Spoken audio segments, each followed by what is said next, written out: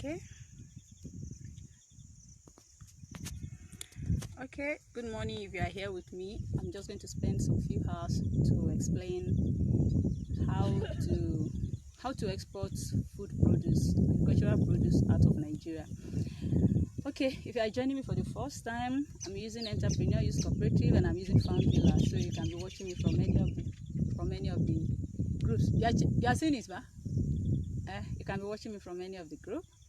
So this morning we'll be discussing how to export farm produce outside Nigeria. Sure, I know everybody wants to earn dollar. Before I go in further there, let me explain, especially for people on Entrepreneur Youth. Entrepreneur Youth Cooperative was created purposely to reduce the effect of unemployment in Nigeria through agriculture. That was the main purpose of creation in 2012. Along the line, it's derailed, it's come back, it's derailed. But we've been doing agriculture for a very long time, and I've not been on that network so many times. I've not been posting things, but we are back now. And once in a while, we'll be coming to give live videos, live trainings on agricultural produce right here. Now, let's say something. About 2 years ago or 3 years ago, I'm thinking it's 2017 or 2018. The Nigerian government was trying to export produce they were trying to export yam out of Nigeria. You know, I remember that day, the first day I saw it, they packed the yams in a carton, and then Audu Ogbe was the commissioner for Agric, and the comment I made then is, oh, one is gone, one of the network is gone. So, and the comment I made then is that, so this morning, Oga, wow, okay. So, okay, our network, people are changing. Entrepreneur Youth is not showing, FarmVilla is showing. Now you see why I'm using two lines. Okay, there's no. Okay, it's back. The two are back.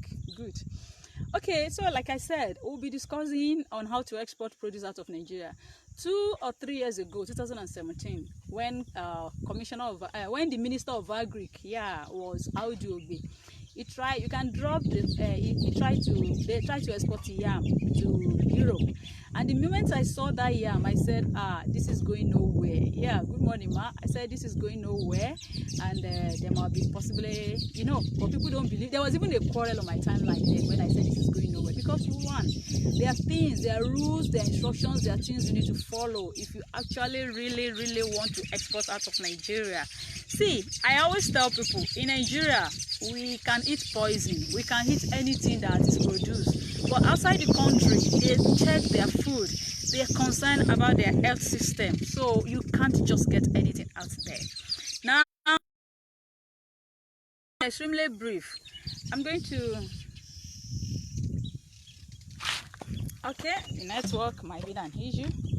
To be extremely brief, I'm going to just go straight to the point, because some of the networks are not really performing well, but to some extent.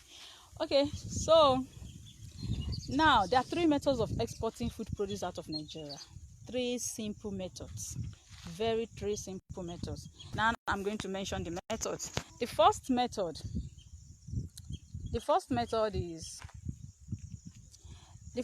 is individual. I want to export individually. I want to do my things alone. I don't want anybody to bother me or whatever.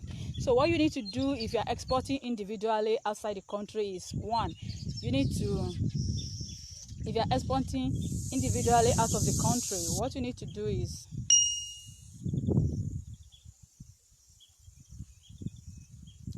if you are exporting individually outside the country, what you need to do is, 1, you need to have somebody that is outside the country that will be collecting the produce from you. Sorry, my networks are fluctuating, but okay, I'm using 2 networks, so I'm recording.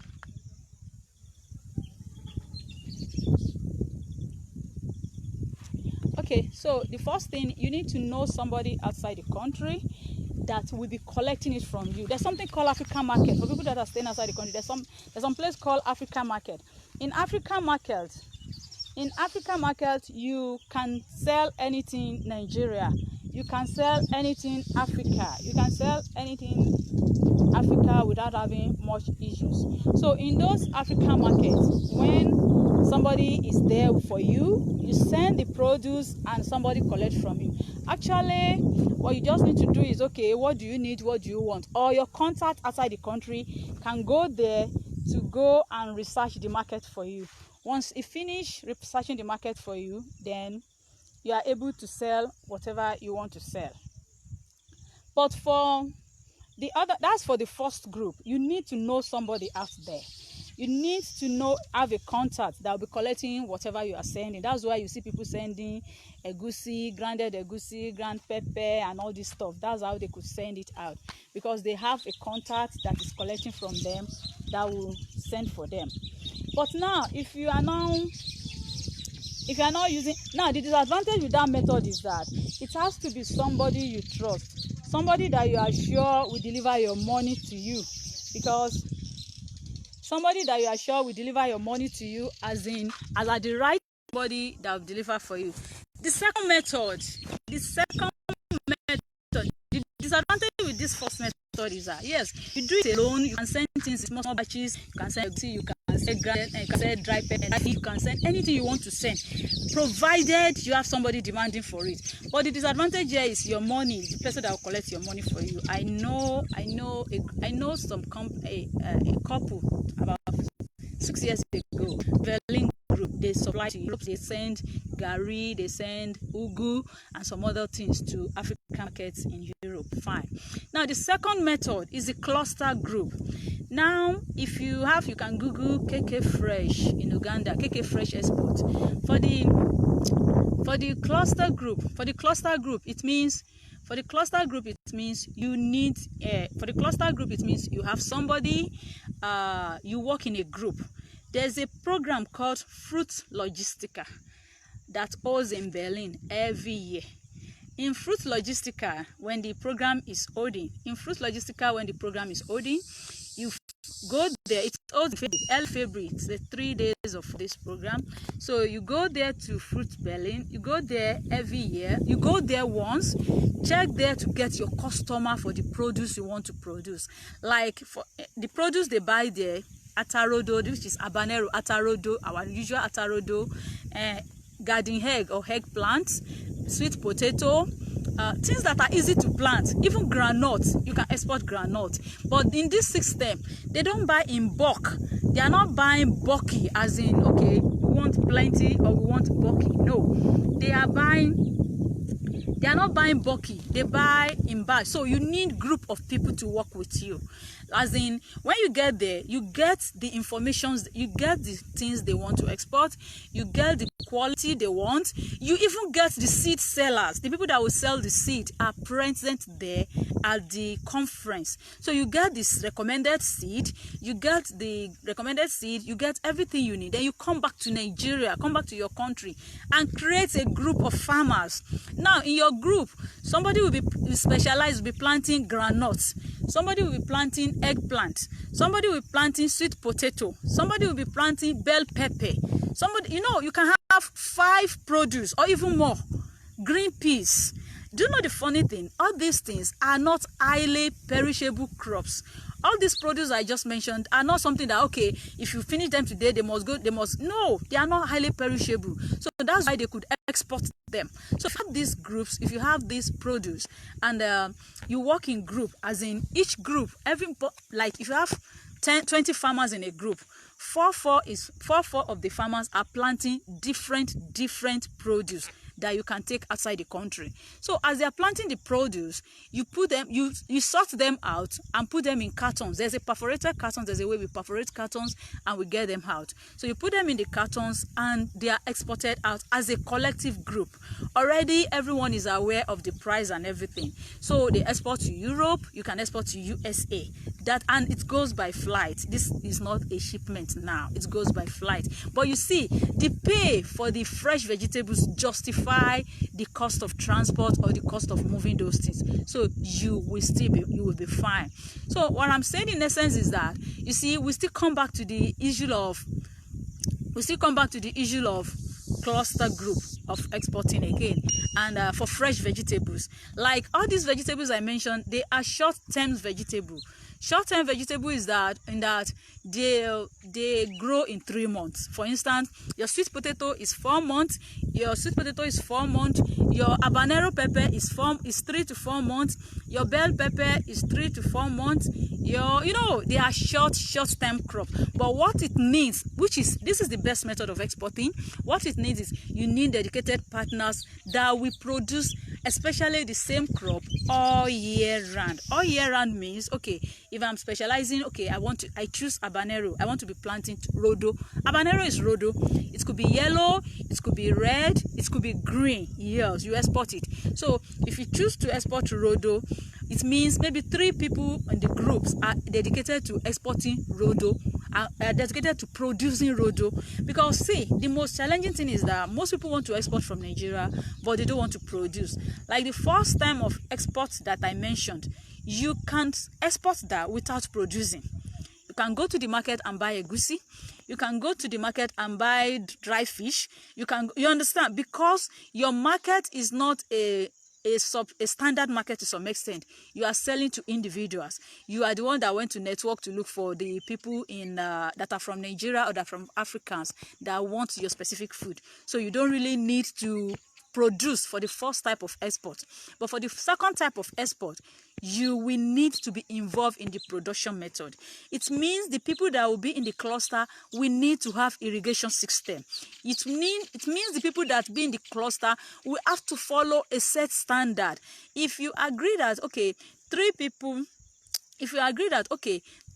will be the one producing, if you agree that, okay, 3 people will be the one producing for producing habanero, the 3 people will have a scheduled time that they produce, and they will have the quantity they produce all the time that will be able to go to the market. You know what I mean? So you really need to be in this. So they are different. You need to understand the different method and the different time. Like I said, there are a lot of exports and since they are short-term crop, and as Fruit Logistica, Fruit Logistica did not hold this year and last year because of COVID, but I think they are working of it will be out next year. So in your group, if you have a group like that, you can contribute, or you can send some people, let them go and get, some people can volunteer or can contribute, let them go and get the customer, let them go and get the seed, let them, you get the customer, you get the seed, you get everything you need, and they will tell you the qualifications, the quality they want, the Global Gap certification, or whatever they want for the produce that they are taking from you. Because these apps, you don't need, see, this morning somebody was on my timeline that they have 1,000 hectares of cassava, and we're discussing it on the farm, and I said, how could you plant 1,000 hectares of cassava without a target market? I remembered I planted ShopRite asked us to plant cabbage, and I planted just small, and when I called them and said the cabbage are ready, and they said no, they don't want again, that we should sell it somewhere else. I was really mad, very mad, because I wouldn't have planted cabbage. I was calm a bit because, well, it's not much, I didn't plant plenty. So what I'm saying is that we start from the market, and our market is going to be starting from our market research start from the buyers. You need to have a buyers, and like I told you, in Europe, you wonder why we talk much about export. I will explain to you. In Europe, they have winter, they have all this period that they cannot plant, that there will be snow, that there will be all these things that they cannot plant. In Africa, we are blessed with good climate, so we can afford to plant almost all year round. We can afford to plant almost all year round. We have the land, we have the good weather, the good climate, if not now, which we are working to suppress it, and we can plant all year round. And because we can plant all year round, it makes our food highly demanded. I remember a group I am, Food Bridge. Madam Maureen is trying for us Nigerian farmers to be able to key into that market of being able to supply outside, to produce and supply outside the country. But like the foremost thing is, one, you need to be sure of your pesticide use. Our pesticide, like the produce I'm telling you, the cluster group that are exporting, they are conscious of the pesticide, the quantity of pesticide that they are using. 1, 2, the seed variety they use. You notice something, I've been saying it, I've been shouting. In Nigeria now, you find out that you buy seed, you plant the seed did not survive, the seed did not germinate. So if a group needs to work, they need to work and be sure and get to the seed producers to be able to tell them, look, this is what we need and this is what we want to use for our farm. So if you can get the right seed for us and we can use it to the right quality seed, that's why I said for a group to start the cluster exports, especially for fresh vegetable, you need to get to Fruit Logistica, get their buyers. There are plenty buyers there. I've introduced so many people to that place. Get buyers there. Then you walk it back to the house. Okay, you get the seed seller. You tell them, this is our weather, this is our climate, this is our temperature, this is what we want. So they will want you to keep coming back to buy seed for the production. So they will give you a good quality seed. I understand most Nigerians go outside the country and buy the inferior things because they are extremely cheap or extremely affordable. So that is what they always get for us. But if the farmers themselves need to take up the responsibility that by themselves, and like I said, it's not only, even if you come together as a cluster like this, it's not only by exporting alone. The market in Nigeria is huge. The challenge we always have that we are not able to, that farmers always have challenges because the challenge we always have is because, okay, see, we produce all at the same time because everybody is using rainfall. By the time we produce all at the same time and the harvest is always all at the same time and there's no preservation for the harvest, as in the harvest is not being preserved. So you find out in my community, in the last 3 weeks, tomato basket, though it's a small basket, was selling for 200 naira, 150 naira, 300 naira. But now, as I'm speaking with you, as I'm chatting with you here, because the tomatoes are no more, everybody have rushed it to the market. No preservation, they cannot dry, they cannot export, they cannot store, no cooling system. Because of that, the tomatoes were selling for 200 naira, 150, and the farmers has no choice than to sell. Then, just as I'm speaking right now, there's no tomatoes again. The tomatoes are now 1,500 for the same basket because it's not available here. Now, if you keep waiting for government to come and assist, you are going to wait for a very, very long time. You are going to wait for a very, very long time. So the suggestion I will bring is, okay, there are farmers. Why don't you work together? Why don't you come together and say, okay, guys, let me give you an instance. If you want to set up a cooling system, if you want to set up a central system somewhere, it means every farmer that wants to participate might need to contribute, even if it is 100,000 or 50,000, and run a cooling system, a cool bot. If you go online, I always mention her name. There's a link here, Millicent, or you Google Total Herbs on Facebook, or check my friends list. You see her there. She grows herbs. She grows basil, she grow flowers, you know what I mean, and she exports to Europe. She work with other farmers too. They transplant basil, all these other things, and she export. She has a cooling bot.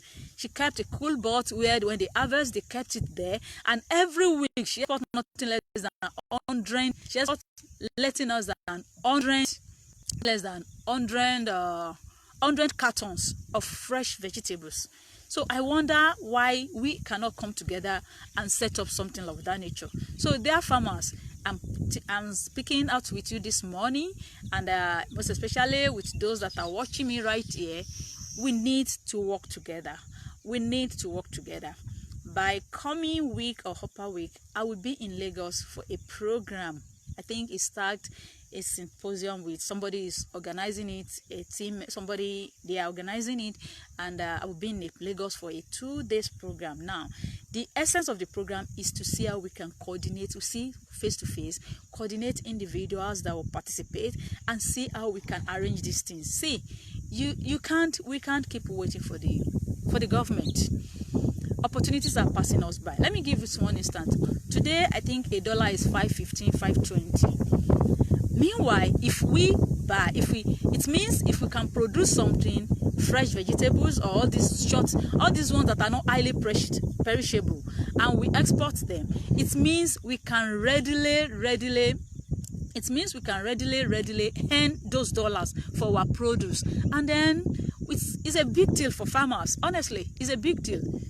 So instead of our produce wasting, but the first step that we need to take, let me be candid with you, the first step that one of us need to take is, one, we need to first find a cooling system.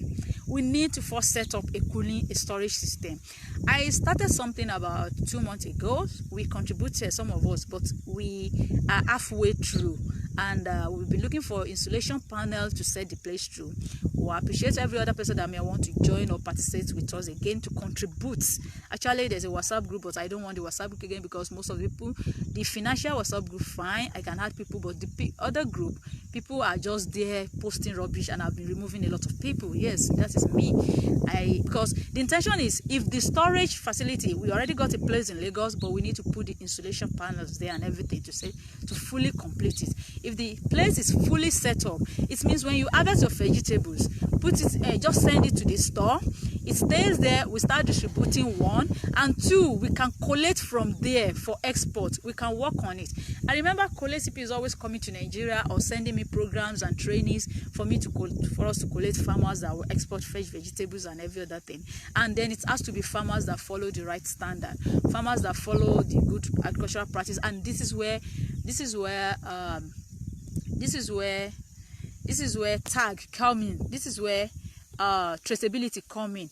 When we talk of traceability, unlike Nigeria, where everybody brings anything to market and everybody in the market just eat anything, when they get anything abroad, they don't just eat anything or whatever.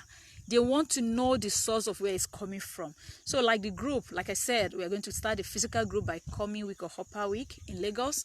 And for everyone that will be participating with us, we are going to start with the cooling system first.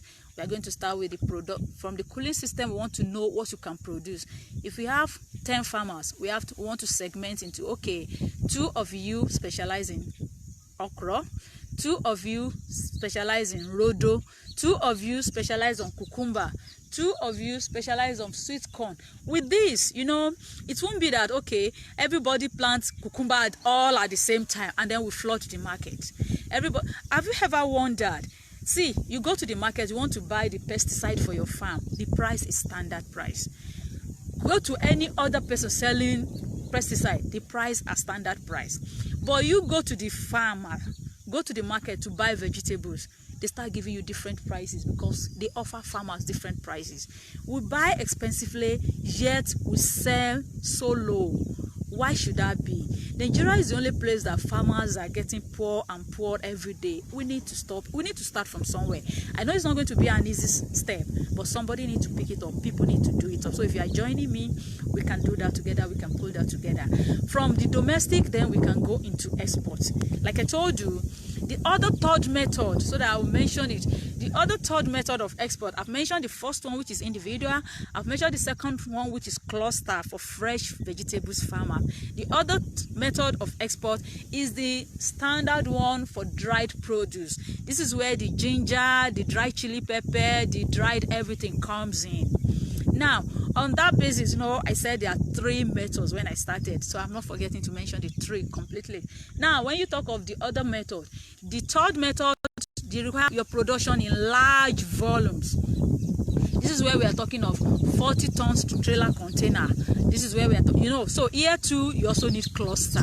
But in this one, this is different. This is now a dried produce, as in after harvesting, you decide to dry the produce. You can look at, like cassava, let me be candid. Everybody will be shouting, cassava, currently cassava price is high. But the time is coming when the price will go so low. Now, what happened is that when the cassava goes so low, when the cassava price goes so low, in other countries, they are exporting cassava chips. They are exporting cassava chips. They are exporting cassava chips. They are exporting cassava chips. They are exporting a lot of things. But in Nigeria, we can only use the cassava for fresh or for anything, and that is why the price usually go extremely low when the time comes. But if you have a way, or we have a way to work together, like the standard one, you need to have a Global Gap certification result for your ginger. You need to have a Global Gap certification result for your cassava chips, for the ginger pepper, for everything. And in that case, it's true by shipment, not by flight. It's by shipment, as in, you know, they are dried and they are in volume, so they go by ship. In the standard, that is largest, highest standard form of export. They are standard and they go by ship. In that place, you need large volume of farmers, and a farmer can have like 10 acres, 10 hectares to be able to produce for that market. But you still need cluster in order to work together. But like I said, the second method, you don't need large volume. No, you don't need large volume. The second method of export, you don't need, and it's fresh vegetables. I hope you can differentiate between the two now. There are now 3 different types of method of export that I've briefly explained here. Now, like I said, you see, when you have a friend that has a, when you go to your, when you want to assist somebody, you need to be, they say charity begins at home. So we should begin our charity from home. Beginning our charity from home means, 1, what is the first step for us to take? If you are joining the second method of cluster, fresh vegetable, like I told you, okra, groundnuts, pepper, sweet potato. Do you know funny thing? These things are easy to grow. Do you know if you grow okra, you have okra that matured in 40 days. 40 good days. Those are the things they export. As in, you plant it today, and in the next 40 days, you are already harvesting. That is the thing they export. Groundnut groundnut is 2 months. Imagine. And you know the funny thing, these things are easy to grow. They are easy to grow than the tomatoes that all of us are struggling to grow all the time. Groundnut is easy to grow. Groundnut is easy to grow. Okra is one of the easiest crops you can ever grow. Garden egg or eggplant, the white one, they are the easiest. You can Google, if you have your network there, Google KK Fresh Export so that you can read more about what I'm saying. KK Fresh Export is an international company in Uganda. Is a group of farmers, is a company in Uganda that work with group of farmers to be able. Network will soon go off there. They are telling me my data is slow. Let me move to another network. So it's a group of experts in Uganda. It's a group of experts in Uganda where I need MTN network. It's a group of experts in Uganda where farmers, as in, they collectively plant. They are on their different farms. It's not that they farm together. No, you're on your farm, you are growing groundnut. I'm on my farm, I'm growing tomato. No, there's no tomato. Tomato is highly perishable. Groundnut, sweet potato. Do you know I was telling you too? Sweet potato is an very easy crop to grow. Sorry, I'm moving around. The network is giving me an issue, so I have to move around. I'm on the farm. I can't stay at home this afternoon. So, okay. I told you I have to move around, or else the network is a bit bad. So I'm trying to find network. Okay, so you find out all this is, you don't have to come to my farm. The funny thing about all this thing, because like I said, they are not highly perishable. So you don't need to come to my area. I'm going to where our You don't need to come to my area, or I don't need to move to your area before we can start planting. My entrepreneur youth refused to give me network this morning on the farm. That's why using plenty network. So you don't need to come to my area, or I don't need to move to your area before we can farm. You can stay wherever you are. You grow your crops. We have an arrangement. You send it down to where we'll be collecting it, and there we collect it. So what I'm saying in essence is that there's a lot we can do together as a group.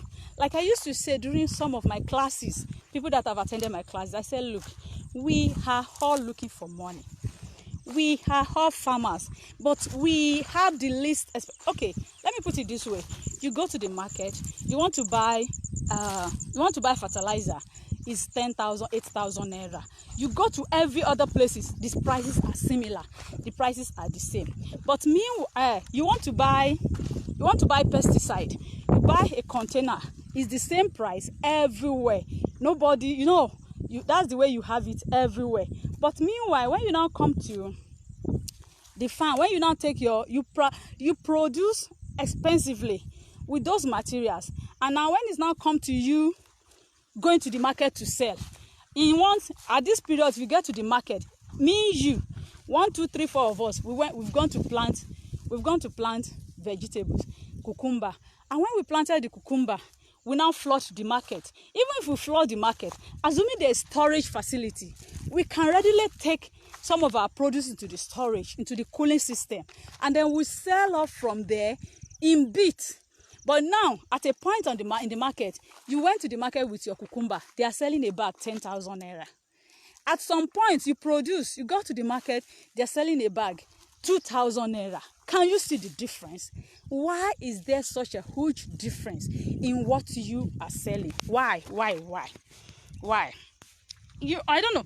You can see from my back here, you can see the raised bed somehow on my back here. This are the raised bed that the boys just did, that we want to put cucumber anyway.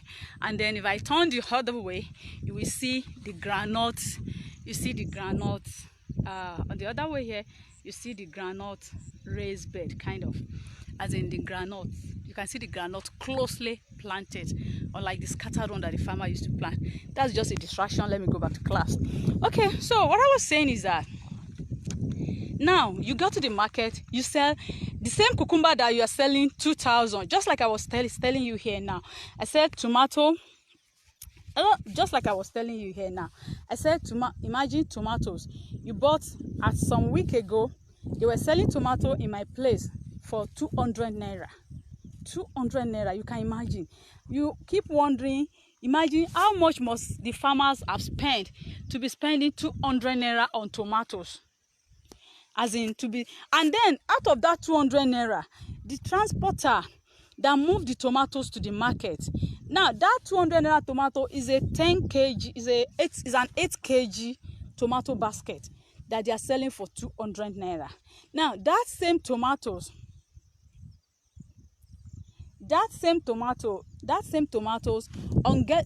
right now as I speak is 1,500. Why is that so?